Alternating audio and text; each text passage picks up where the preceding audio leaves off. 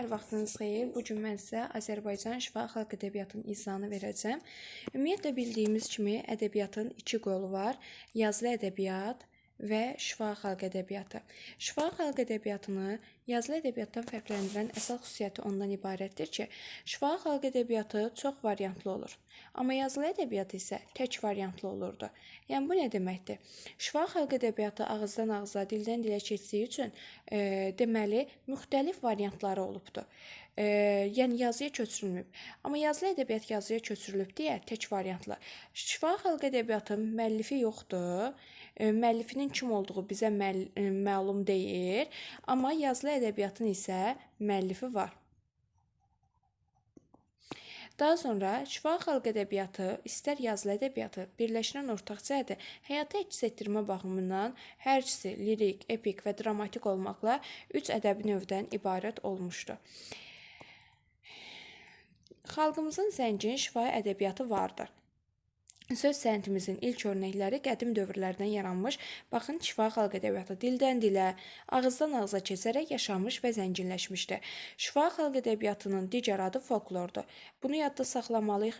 Bəli, folklor xalq ədəbiyyatıdır. Baxın, məsələn, sizə yazılı ədəbiyyat düşsə, ona klassik ədəbiyyat da deyə bilərsiniz. Klassik ədəbiyyat yazılı ədəbiyyatdır və şifahi xalq ədəbiyyatının bayaq dedim müəllifi olmur. Qoşmadır, cəraylıdır. Bunlar aşıq şeir janrıdır, cəraylı. Amma bunlar aşıq şeir janrı olsa, şifahi xalq ədəbiyyatı olsa belə, bu istisnadır ki, qoşmanı, cəraylını yazan müəllifin adı verilir. Çünki qoşma cəraylıda möhürbəndə olur. Möhürbəndə sonda müəllif öz adını verməklə əsərə artıq öz möhrünü vurur. Dedik ki, şifahi xalq ədəbiyyatının digər adı nədir? Bəli, folklor nümunəsi adlanır. Bəs folklor sözü hansı sözdən götürülübdür?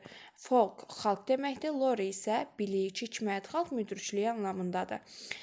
Azərbaycan xalqının yüzillər boyu yaratdığı şifahi xalq ədəbiyyatı onun tarixi, mədəniyyəti, mənəviyyatı, həyat tərzi, adət-ənənələri ilə bağlı olmuşdur və biz şifahi xalq ədəbiyyatı öyrənməklə biz xalqımızın tarixini öyrənirik. Onlar keçmişdə hansı mədəniyyətə sahib olduğunu öyrənirik.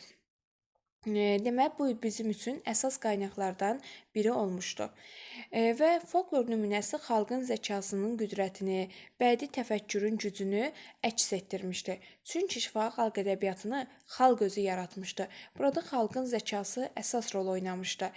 Və buradan hər hansı bir çıxan bir ideya, zəngin, əsrlərin sınağından çıxmış əsərlərdir. Şifahi xalq ədəbiyyatı insan taleyi ilə bağlı düşüncələri, vətənpərvərliyi, humanizmi, arzu və istəyi, sevgini, nifrəti, müxtəlif tarixi dönəmlərdə üzləşdiyi ümumi ictimai siyasi hadisələrə münasibət geniş bəydə əksini tapmışdı. Xalqın tarixi ilə sıx bağlı olan folklor onun öyrənilməsi üçün etibarlı mənbə olmuşdu. Şifahi xalq ədəbiyyatında biz Kitabi-Dədə Qorqud dastanını da öyrənirik ki, məhz Kitabi-Dədə Qorqud dastanında da xalqımızın dilimizin tarixi haqqında, xalqımız haqqında müəyyən bir sübutlar bizə bəlli olur.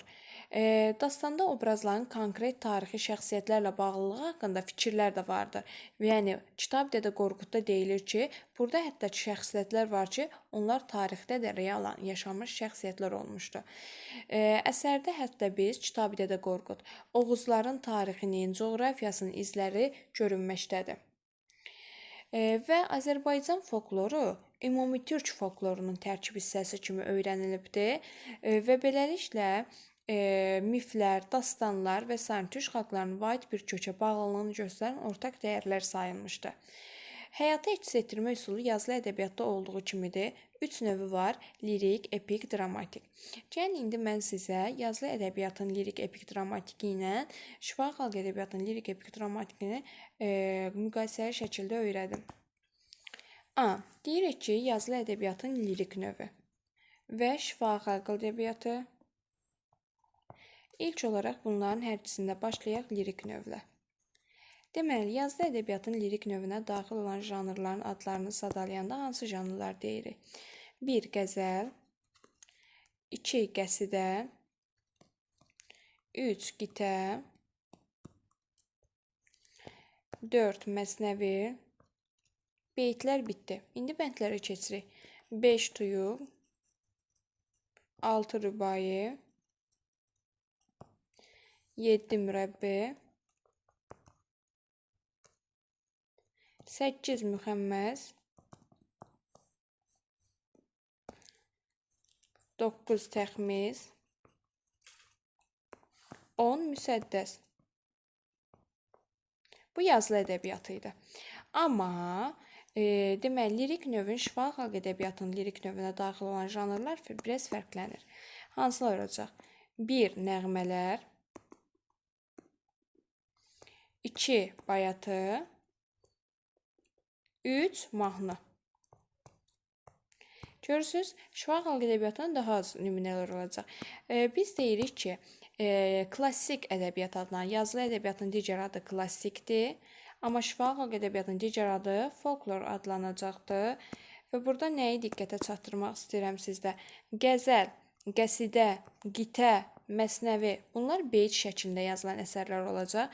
Deməli, bunları birləşdirən cəhət bunların beyt formasında olmasıdır. Qəzəlin, qəsidənin qafiyə quruluşu eynidir. Qitədə isə A, B, C, B şəklində qafiyələnirdi. Bunun qafiyə quruluşu fərqli idi. Məsnəvidə ikili qafiyələnməkdir. A, A, B, B, C, C. Bunlardan zəifsinizsə mütləq şəkildə əzbərləməlisiniz. İzah var. Tuyuğu kim gətirmişdi bizə? Bəli, Qazı Bürhanəddin tərəfindən. Neçənci əsr idi? Bəli, 14-cü əsrdə gətirmişdi. Tuyuq demişdi, kimlərin janrı idi? Bəli, türk xalqlarının janrı olmuşdu. Rübai deməli, rübai mənə deyin görüm, ilk dəfə hansı dövrdə tanış olduq? Bəli, qədim dövrdə, amma tuyuqla orta dövr Azərbaycan ədəbiyyatında tanış olmuşduq. Rübai əruzun hansı bəhrində yazılırdı? Rübai. Demişdim ki, rübai r-da yazılmır. Bəli, Həzəc bəhri. Bəs yaxşı, tuyuq hansı bəhrində idi? Rəməl bəhrində yazılırdı. Daha sonra mürəbbə neçəli idi? Bəli, dördlükü idi. Bəs mürəbbə necə yazılırdı? Bənd. Müxəmməs necə yazılırdı? Bu da bənd. Müxəmməslə təxmisin qafiyə quruluşu eyni idimi? Bəli, eyni qafiyə quruluşuna malik idilər. Bəs müxəmməslə təxmisi fərqləndirən təxmisdə sonda neçə şairin adı olurdu? Bəli, 2 şairin adı olurdu. Çünki İlk 2 misra, üçü isə şairin özünə aid idi. 2 misra, bax, bu 2 misra kimə aid olurdu? Hansı janra aid olmalı idi? Bəli, qəzəl olur. Testlərdə çox vaxt qəsidə düşür, bu yanlışdır. Müsəddəs neçəli idi? 6-lıq deməkdir. Bu oldu bizim deməli, yazılı ədəbiyyatla şifahi xalq ədəbiyyatının lirik növü ilə bağlı müqayisə. Şifahi xalq ədəbiyyatına dedik ki, nəğmələr daxildir. Həmin nəğmələr hansılardır? Nəğmələrin növləri var. 1. Əmək nəğmələri. Demək olar ki, bu nəğmələr içindən çıxdıqca çıxır da, əmək nəğmələri ayrılır 2 yerə. Holavarlar, sayaçı sözlər. 2. Mövsüm nəğmələri ayrılır 2 yerə. Yox, mövsüm nəğmələri ayrılmır. Mərasim nəğmələri ayrılacaq. Mərasim nəğmələri, toy nəğmələri, yas nəğmələri, məişət nəğmələri, laylalar, oxşamalar, qəhrəmanlıq nəğmələri, bayatı və mahnılar. 3 dənə janr: nəğmə, daha sonra bayatı və mahnı olmaqla nəğmələrin özü də ayrıldı müəyyən bir yerlərə. İndi gələk lirik növdə bizə imtahanda nələr düşə bilər, nələrdən çaşdıra bilərlər, həmin hissələri deyəcəm bütün incəliklərinə qədər. Holavallar və sayaçı sözlər şifahi xalq ədəbiyyatının ən qədim janrıdır. Birinci sualımız elə budur ki, ən qədim janrımız holavar sayaçı sözlərdir. Məsələn, biz şifahi xalq daha doğrusu yazılı ədəbiyyatın epik növündə necə ki demişdi, ən qədim janrımız təmsildir. Burada olacaqdı holavar sayaçı sözlər. Holavarlar nə ilə bağlı olacaq? Bunu bilmək mütləq lazımdır. O əkinçiliklə bağlıdır. Sayaçı sözləri isə heyvandarlıqla bağlı olacaqdır. Yəni qoyunçuluqla bağlı oxunan nəğməyə siz sayaçı söz deməlisiniz. Əkinçi, cütçü öz ağır əməyini yüngülləşdirmək üçün bu nəğmələri oxuyurdu. Doğrudan elədir, valideynlərimiz evdə iş görəndə hər hansısa bir mahnını zümzümə eləyirlər. Yəni doğrudan hər hansısa bir ağır işi yüngülləşdirmək üçün valideyndir, elə biz özümüz də hər hansısa bir mahnını oxuyuruq və mahnı oxuya iş görəndə işimiz sanki daha da yüngülləşir. Deməli, burada ritm, ahəng olan nəğmələr demişdi. Deməli, cütçü əkində işləyirdi. Əkin-biçin zamanı holavar səsləndirirdi. Güya o holavarı səsləndirməklə öküzü daha da həvəsləndirirdi ki, öküz çox işləsin. Və beləliklə hansı nəğmə oxunur? Öküz, öküz, xan öküz.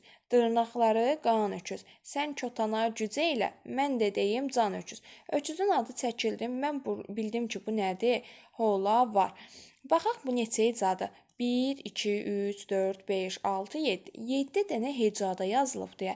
Mən bunun 7 hecasına deyəcəm ki, bax deməli bu bayatıya uyğundur, bayatı. Amma bayatı demirəm ha, burada öküzün adı çəkilib. Sadəcə bayatı həm janr olaraq keçirilir, janr, həm də şeir şəkli olaraq keçirir. Burada janr baxımından bayatı deyil, amma şəkil baxımından bayatı olacaqdır.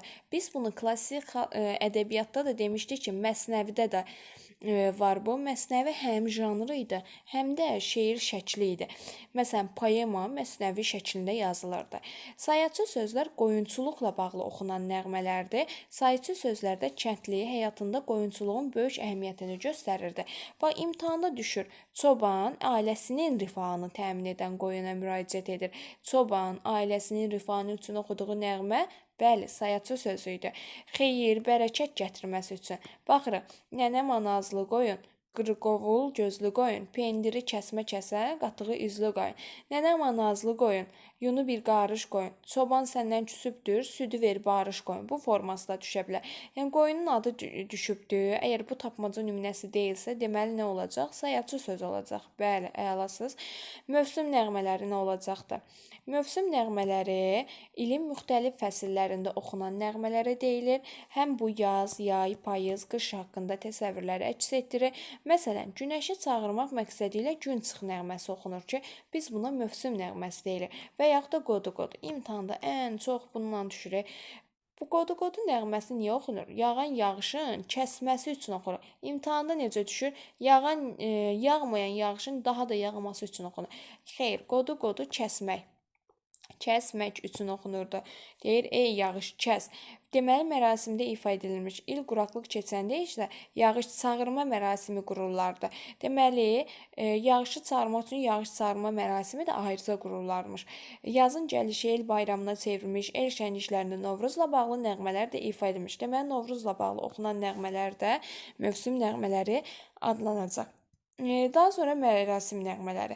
Xalqın məişəti, güzəranı ilə bağlı olan nəğmələrə mərasim nəğmələri deyilir. Mərasim nəğmələrin 2 növü var. Əgər elçilik, nişanlanma ilə bağlı nəğmədirsə, siz ona toy nəğməsi deyəcəksiniz. Yox, həmin nəğmələr bunun əksidirsə, yas nəğmələri olacaq. Yas nəğmələri ağılar adlanır. Deməli, hətta bunlar indi də qalmaqdadır. Toy nəğmələrində xalqımızın ailə, məhəbbət, saadət kimi mənəvi dəyərlərindən söz açılır. Yeni qurulan ailənin xoşbəxtliyidir. Zülf töküb üzə dilbər, çıxıbdı düzə dilbər. Duvaq salın üzünə, gəlməsin gözə dilbər. Siz buna toy nəğməsi deyəcəksiniz. Yaxşımı? Elə görürsünüz də duvaqdır, dilbərdir. Mərasim nəğmələrində bir növ ağlar insanın ölümü, faciəsi ilə bağlı nəğmələrdir. Yaxın doğma adamın ölümündən doğan bir kədərdir, qəm hissədir. Ağlaram ağlar kimi, bax, ağıdır. Dərdim var dağlar kimi. Xəzəl ollam, töküləm, viranə bağlar kimi.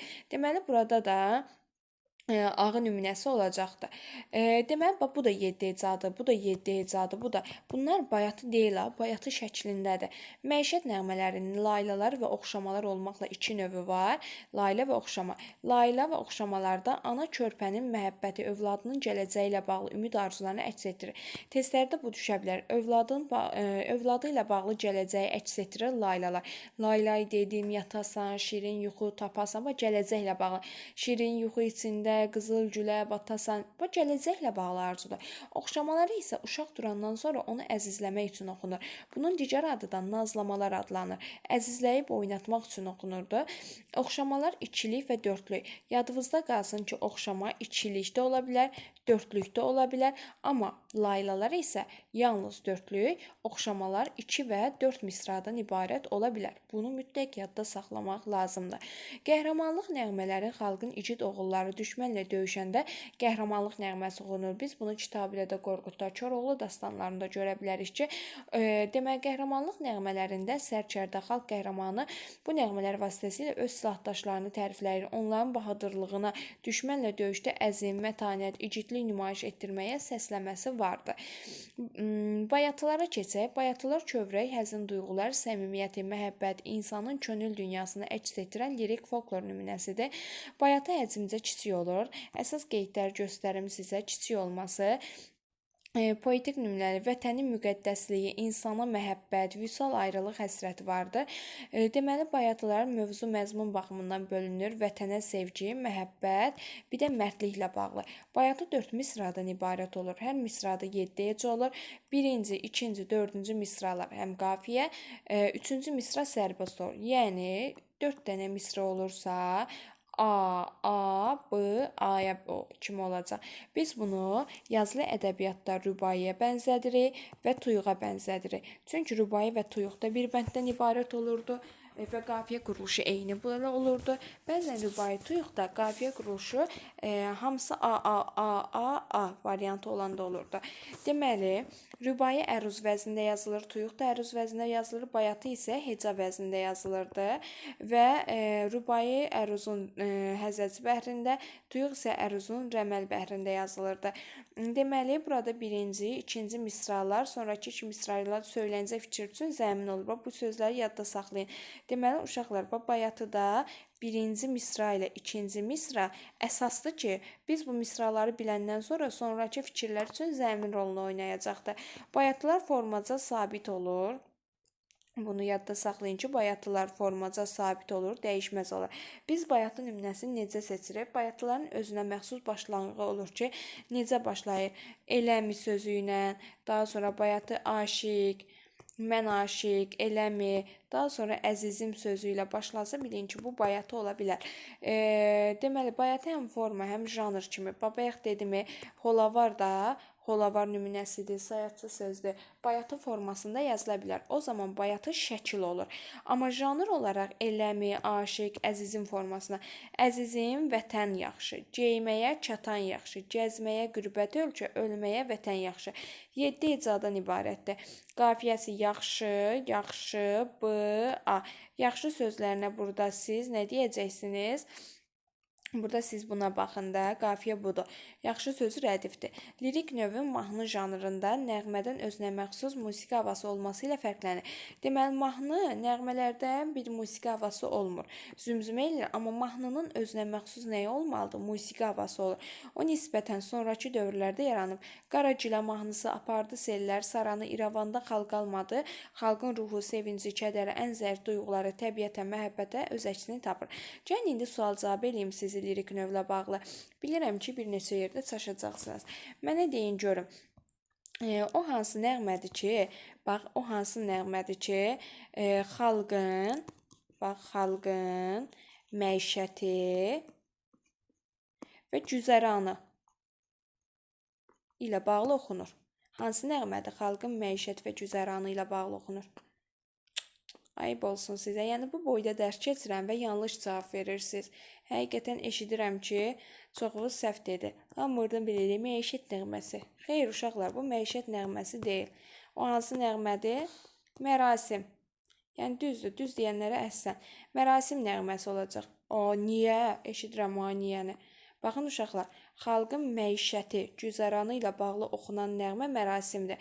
Baxın, biz məişət nəğməmiz, məişət yəni gündəlik həyatımızdır, bizim məişətimizdir. Biz məişətdə toylarımız olur, yaslarımız olur. Amma məişət nəğmələrinin özü ayrıca məişət nəğməsi desəydim sizə, o deməli, laylalar, bir də nə olacaq? Bəli, oxşamalar. İndi mənə deyin görüm, laylalar neçəlik yazılır? Bəli, 4 misra, bəs oxşamalar həm 2, həm də 4 misradan ibarət ola bilər. Bəs yaxşı, mənə deyin görüm, o hansı janrdır ki, burada birinci və ikinci misra, üçüncü və dördüncü misrada söyləncə fikir üçün zəmin rolunu oynayırdı? Hansı idi? Bəli, bu bayatı janrı idi ki, əsas zəmin rolunu oynayırdı. Bayatın qafiyə quruluşu necə idi? A, B, A. Hansı sərbəst oldu? Bəli, üçüncü sərbəst oldu. Bayatı deyə bilərəmmi? Həm şeir, şəkli, həm də janr olaraq. Bəli, deyə bilərəm. Şeir şəkli nə deyəndə nə başa düşürsən? Bəli, holavardır, sayatçı sözdür, layladır. Bunların hamısı bayatı formasında yazıla bilər. Bəs klassik ədəbiyyatda biz həm şeir şəkli, həm janr kimi keçmişdik nəyi? Bəli, məsnəvi. Bu, deməli, məsnəvi ilə bayatın birləşdirən cəhətlərimizdən biri idi. Bəs lirik növün ən qədim janrı nə oldu? Ən qədim. Bəli, holavarlar və nə oldu? Sürətli deyin də, sayaçı söz. Sayaçı söz. Süpersiz. Videoya like qoymağı, abunə olmağı unutmayın. Yadıma indi düşdü, indi deyirəm. Sonra yadımdan çıxar bir də. Hə, sonra nə deyirəm sizə? Sonra burada nə düşə bilər? Bəs yaxşı, döyüşə gedəndə oxunan nəğmə nə idi? Bəli, qəhrəmanlıq nəğməsi. Bəs mənə deyin görüm, qoyuna oxunan nəğmə sayaçı. Çoban öz ailəsinin rifahı üçün oxuduğu nəğmə nə idi? Bəli, sayaçı sözü idi. Bəs yaxşı, o hansı idi ki, cütçü oxuyurdu bunu? Bəli, holavar idi. Daha sonra deyirəm ki, ağlar deyilirdi hansı nəğmələrə? Bəli, yas nəğmələri ağlara adlanırdı. Hətta bunlara ağlar da deyilirdi. Edilər də deyilir. Edilər. Ellegiyada deyilirdi. Amma bunlar düşmür. Köhnə proqramda var idi. Hər ehtimalda edilər düşsə bilin ki, bu ağıdır. Daha sonra deyirəm ki, burada övladın gələcəyi ilə bağlı oxunan nəğmə hansı idi? Bəli, laylalar. Bəs yaxşı, əzizləmə, nazlama da adlanırdı. Bu hansı idi? Oxşamaları idi. Daha sonra burada nələri verə bilərəm? Yazılı ədəbiyyatla şifahi xalq ədəbiyyatını birləşdirən cəhət nə idi? Yazılı ədəbiyyat. Hər ikisinin həyata keçid etdirmə baxımından 3 növünün olması. Deməli, klassik ədəbiyyatın digər adı nə idi? Klassik ədəbiyyat. Bəli, yazılı ədəbiyyat idi.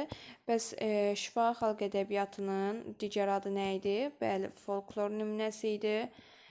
Folk, xalq isə bilik, hikmət deməkdir. Mənə deyin görüm, buradakı bayatı klassik ədəbiyyatda nəyə bənzədir? Bəli, rübai, bir də nəyə bənzədir? Tuyuq nümunəsinə bənzəyir. Deyir ki, bunların qafiyə quruluşları A, B, A şəklindədir. Amma rübai ilə tuyuqda bəzən hamısı A-da ola bilərdi. Bəs yaxşı, klassik ədəbiyyatda o hansı janr idi ki, beyt formasında olurdu? İlk beyt, yəni birinci beyt qafiyələnmirdi və sonda müəllifin adı olmurdu. Müəllifin adı olmur. Müəllifin ismi yox burada. Hansı idi? Bəli, qitə olurdu bu. Bəs o hansı idi ki, qafiyəsi A, B, A, C, A şəklində olurdu. Sonda müəllifin də adı olurdu. Daha çox ictimai, siyasi məhəbbət. Bəli, bu olacaq qəzəl. O hansı idi ki, həm şeir şəkli idi, həm də janr adlanırdı. Poemalar bununla yazılırdı. Qafiyəsi A, B, B, C, D, çox rahat idi. Bu hansı olacaqdı? Bəli, məsnəvi olacaqdı bu. O hansı janr idi ki, burada beşlik idi. Buna oğurluq janrda deyirdi. Başqa bir şairin qəzəli oğurlanırdı. Bəli, bu təxmis olacaqdı. Bunun videosu var. Xahiş edirəm. Gecə saat 1-dir. Mən bunu izah eləyirəm. Dilim də çaşır. Yəni, siz bunun izahına çox-çox xahiş edirəm ki, baxın. Yaxşımı? Deyirik ki, o hansı janrdır ki, xalqın məişəti, güzəranı ilə bağlı oxunan nəğmədir. Hansı nəğmə idi? Məişət nəğməsi? Xeyr, mərasim nəğməsi idi. Süpersiniz. Bu qədər uşaqlar, sağ olun, salamat qalın.